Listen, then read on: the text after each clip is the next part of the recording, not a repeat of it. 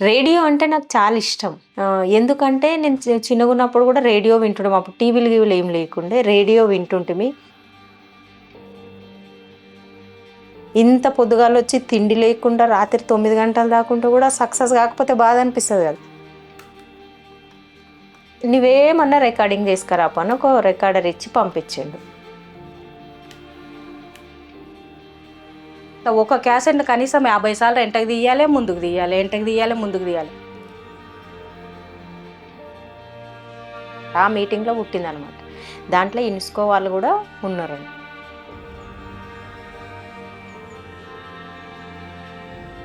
ఒక 10, 15 ఏళ్ల దాకా నడిపించినాం. ఇప్పుడు ఇది 17వ సంవత్సరం.